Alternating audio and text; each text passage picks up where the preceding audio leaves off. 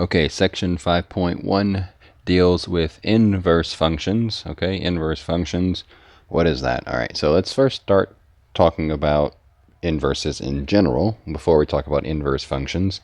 And before we do that, let's have a quick reminder of what a relation is, because we're going to use that to kind of set up what I mean by an inverse. Okay, so a relation, if you recall, is some sort of connection. That was ugly. Let me try that again. Between x's and y values, right? So like -1 is paired up with 3. That's an ordered pair, right? 2 is paired up with 5. -3 is paired up with 5. 2 is paired up with 0, right? So this would be a relation, right? An example of a relation where you have x values that are paired with y values. Okay, and there's no real rhyme or reason to the way I paired them up. That's just kind of how we have them. So let's make this an official example here. Okay, so our first example, I'm given this relation. I want to find its inverse. Find the inverse relation. Okay, and so I'm going to do that by inverting my x's and my y's. Okay, that's what an inverse does. It takes your old x values and makes them the y values, and takes your old y values and makes them the x values. Okay, so this is what it would look like if we're looking at some points here. But I want to go a step further and maybe draw this out, right? So maybe if you picture your x values and your y values, okay, sometimes I like to draw this out. So -1 matched up with 3, 2 matched up with 5, -3 matched up with 5, and well, 2, another 2 matched up with 0. I'm actually just going to do this. There we go. Matched up with 0. All right, so this is a relation. Notice it's not a function, right? Anytime this happens, right, where you have an x value that pairs up with 2 different y values, it's not a function, but it's still a relation. Okay, well, what the inverse function does is it changes the direction of these arrows, right? So 3 now matches up with -1. 5 now matches up with 2. 5 also now matches up with -3, and 0 matches up with 2. Okay, inverse function. It's kind of like the road back, right? I like to think about it if you're going, eastbound on the interstate. Well, you got off and now you're going westbound, right? You changed direction. That's all it did. It undoes what happened before. Okay, so anyway, this was a pretty simple, straightforward problem. Another way we might see the same type of question, I'm going to give another relation that we're kind of used to seeing at this point. I want to find the inverse of this relation. The relation here is the equation that connects the y values to the x values, right?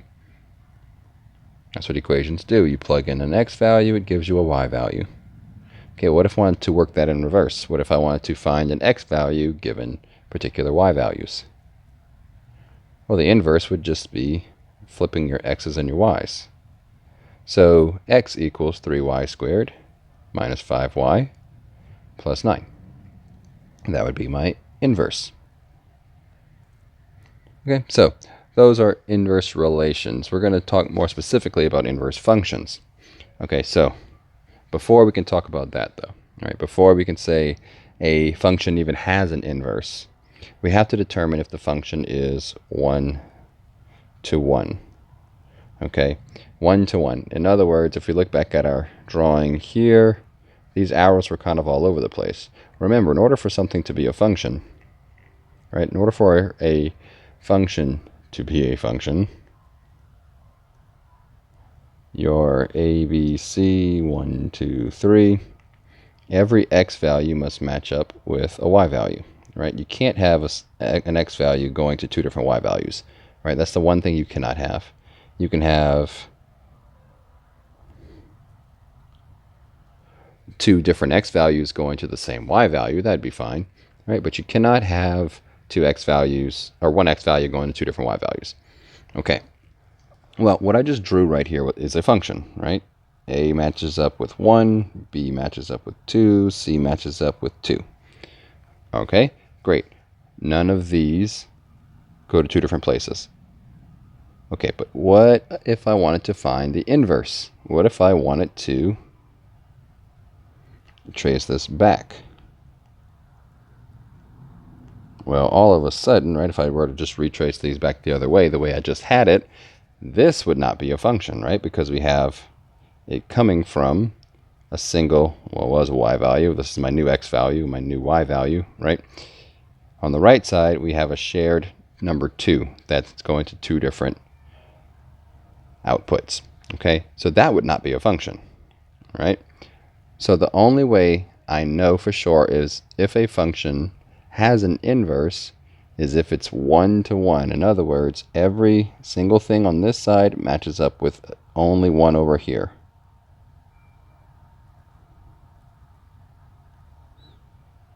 Right? I'm not having an x value go to two different y values. I'm not having two different x values go to the same y value. Nope, every 1 on this side matches up with 1 on that side. Okay, that would be a 1-to-1 function. Okay, but that drawing is not super helpful in the context of these problems. So how do I figure it out? So a function is 1-to-1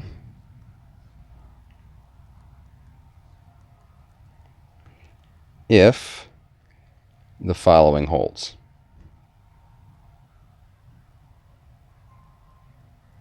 F of A equals F of B. If this equation is true, then it follows that A equals B. The inputs are the same. Okay? If the function value is the same, if I set up this equation, I plug in an A and a B, and these are just two arbitrary x values, right? It could be any two numbers, doesn't matter. But if it happens that you get the same function value, then the inputs must have been the same. All right, so that's really abstract. Let's do an example. Okay, so here we have a function f of x equals 4 minus 2x. I want to determine if that's 1-to-1. Okay, so what I'm going to do is use this definition here and see if it works. If I start off with this premise and the conclusion that I get is this, then I know it's 1-to-1. So I'm going to do that. F of A equals F of B. That's what I'm going to start with. All right, I'm starting with that. F of A would just mean plug A in for x into the equation, right? 4 minus 2x becomes 4 minus 2a. On the right side, F of B means plug B in for x, so that'd be 4 minus 2b. Okay, and then I want to simplify this. I want to solve for a, right? Hopefully when I solve for a, I get b, right? A equals b. So if I solve that, I would subtract 4 from both sides, right? Subtract 4 from both sides.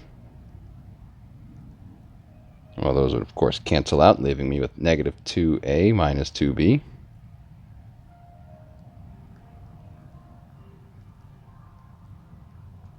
Okay, then the next step would be to divide both sides by negative 2. Divide by negative 2. Of course, those would cancel to leave me with a equals b. So I started with the original premise. I ended up with the conclusion that a has to equal b. Therefore, we would say that this function is 1-to-1. Okay, so that's a 1-to-1 function. Let's see if we can find one that is not 1-to-1. Okay, so I guess spoiler alert, this one will not be 1-to-1. So g of x this time is equal to 3x squared plus 1. Okay, let's see if this is 1-to-1. Of course, I already said it's not. I'm going to start off with g of a equals g of b, which just means on the left side, replace x with a, and replace x with b on the right. and then solve for a. So I'm going to subtract 1 from both sides. 3a squared equals 3b squared. Then I'm going to divide both sides by 3. A squared equals b squared. Okay, now to get a by itself, I'm going to use the square root property, right? Remember the square root property says positive and negative square root. So I get that a equals positive and negative the square root of b squared, which is just b. Okay, so this is close, right? It's close, but it's not the same. B could be, or a could equal positive b. A can equal negative b. That's actually two things that a could equal, two different versions of b. So that does not fit this definition, right? Doesn't fit. A could be positive or negative b. So therefore, this one is not 1-to-1. I got something other than a equals b. Okay, so like I said, if a function is going to have an inverse function, it has to be 1-to-1. So for example 3, this f of x here has an inverse function, whereas this g of x does not have an inverse function. It may have an inverse, but not an inverse function, right? So you couldn't graph it and do all those things with it. Okay, so let's find the inverse of f of x. Okay, that'll be our next example.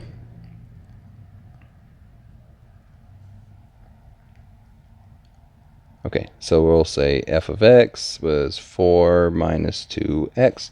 Let's find its inverse. And by the way, the notation for inverse is this little negative 1 exponent here. Okay, so if you ever see this, it's not really an exponent, it's just a notation saying the inverse. All right, so to find the inverse, there's some steps I like to follow, and that is to first change f of x to y. That's usually what I do first. It just makes it easier to work it out. The next step would be like we did in the second example where we just kind of inverted. We switched out the x's and the y's. I'll change my y's to x and I'll change my x's to y. Okay, like in that second example. All right. The third thing I'm going to do is solve for y, right? This new y right here, I'm going to solve for it. So I'm going to subtract 4 from both sides.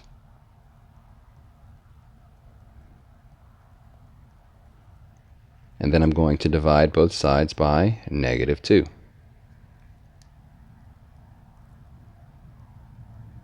Just put the negative out there. Okay, and so y is by itself. All right, so whatever y is equal to, that's going to be your inverse. This negative x minus 4 over 2. So f inverse of x equals negative x minus 4 over 2. Okay, that'd be the inverse. All right.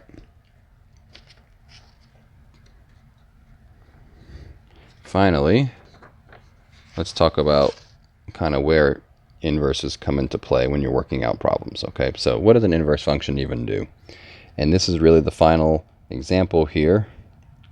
Deals with composition of functions with inverse functions, right? So inverse function composition. And if you think, I think it was in chapter 2, we talked about function composition, where this notation here, f of g of x, just meant you had f of x, or the function f, and you plugged in g of x, right? So you plugged one function inside of another. Okay, well, the fun thing about inverse functions is that if you do this same thing with an inverse function, they actually cancel each other out. That's the whole purpose of an inverse function. It cancels out a function, leaving you with whatever was inside. So that's the definition of an inverse function. That if you compose it with, if you compose the inverse function with the original function, you get x. Same is true as if you reverse that. If you compose the regular function with the inverse function, right? So notice I just changed the position of where the inverse function was. There it was on the left, here it's on the right, equals x. That is the definition of an inverse function. So for example 5 or 6, I want to show that the two functions are inverses of each other using this definition. Okay, so example 6, final example of section 5.1, we're given f of x equals x plus 5 over 4.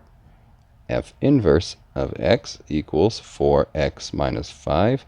I want to show that these are indeed inverses of each other. To do that, you will just have to use the definition. Work this out, right? Using the methods from chapter 2 when we did function composition. Work this out, simplify it. In the end, you should get x. If you don't get x, it's not an inverse function. Okay, so what does this mean? F inverse of f of x plugged in. Okay, right? F of x is in the middle, so f of x is in the middle. Which means I'm going to be replacing x in this inverse function here with f of x, x plus 5 over 4. Okay, what does that look like in the problem? Well, f inverse was 4x minus 5, but I'm replacing x with x plus 5 over 4. All right, remember function composition, right? I think it was 2.3, section 2.3. Okay, 4 cancel out. That leaves me with x plus 5 minus 5. 5 minus 5 leaves me with x. So there you go. That left side checks out. Okay, we also need to show, right? It's not enough just to show that one side works, although typically when one works, the other one works as well. We also have to show this one. Right? Notice I changed the position of the inverse function. Right? It was on the left, it's on the right. Okay, so that means f with f inverse plugged in. F inverse is going to take the place of x in f of x. So x plus 5 over 4. And that blank goes 4x minus 5. I'm going to actually go ahead and erase those parentheses because they don't serve any purpose there. Okay, negative 5 plus 5 cancels out. That leaves me with 4x over 4. 4's cancel out, and it leaves me with x. Check. So composing it either way, the two functions with the function and its inverse, composing it either way, yielded an x in both cases. Okay, so there we go. That would be inverse functions.